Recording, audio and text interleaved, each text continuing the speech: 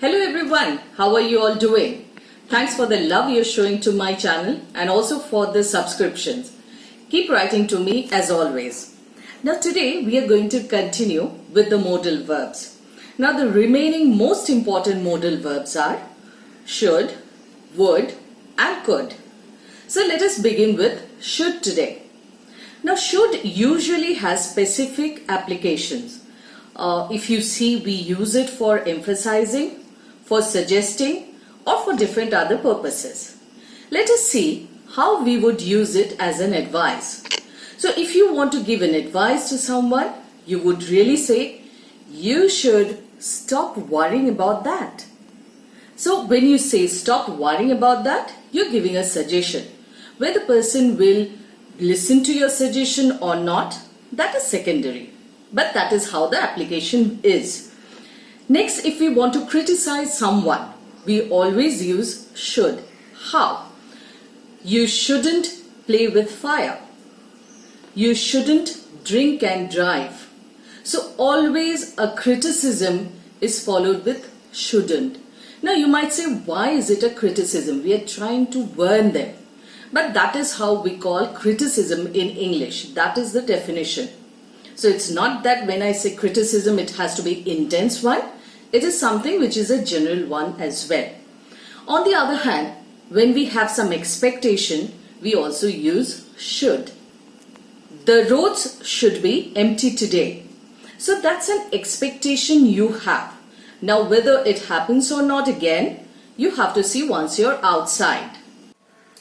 When we want to talk about things that were expected but didn't happen, we do use should. It should have rained according to the weather forecast. So the rain was very much there as prediction, but it didn't happen. So these kind of situations also would require to use should in the sentences.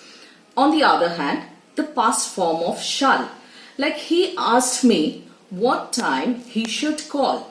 So he asked me already in the past. So what did he ask? What time he should call. You'll be amazed to know that we also need to use should when we are talking about refusal or our annoyance. So suppose you want to refuse something or you're annoyed, you would use should. How? Why should I talk to him? So you're annoyed, you don't want to, or maybe you're refusing. But remember, to depict this kind of an emotion, we have to use how, who, what, all these things along with should. So the sentences will have these as well. On the other hand, when we express the surprise element in our sentence, we also need to add should. You should have seen her face when it turned out. Or you should have seen her face when she found out. So you're talking about an expression, you're talking about the surprise. Also, when we make very polite requests, like, I should like to call my lawyer. So a polite request, who are we going to make? Obviously in formal situations. On the other hand, when we want to talk about a possible event or situation, we also use should. If you should change your mind, give me a call. So possible event or a situation which might happen, and this always happens when we are in formal situations again. So if you should change your mind, give a call, talk to me, help yourself, whatever we want to say. So application of should must be constrained to this, and of course there are other applications also, but ensure that you don't mingle them, and then when you speak it has to be in the correct format. So let us continue with the next one, that is would. Now when do we use would? The first instance would be when we want to ask questions pertaining to how, what, when, why, etc. So how would you do it? When would he come?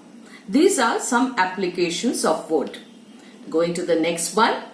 Polite request also requires a would in certain situations. Would you like anything? Would you love to order anything else? This is what we mostly hear at the restaurants or high-end clubs and resorts.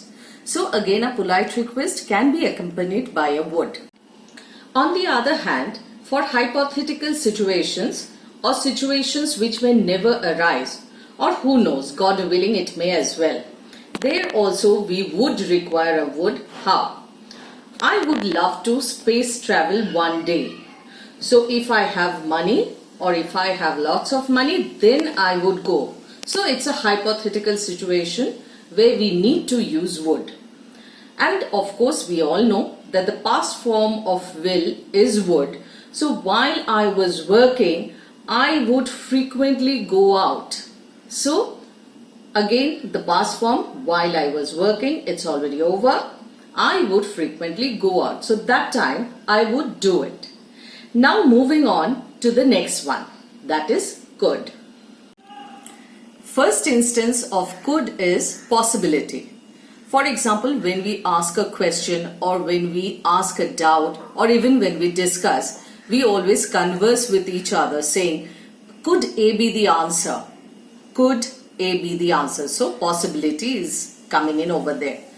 Then on the other hand, whose journal is it? Could it be Lucy's?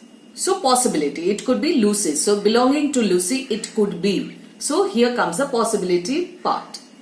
On the other hand, again, for a polite request, we do use could. Could you please pass the paper?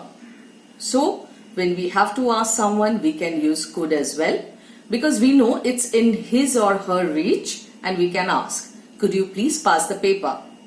And last but not the least, as always, could is also the past of can. For example, in high school, I could dunk a basketball. So in high school, past, I could, that time I could do it. So my ability was there. So these are the applications of could. I'm sure after today's session, you have a better understanding of should, could and would. And now on, you would try to use them perfectly. So keep watching and let's speak with precision. Thank you.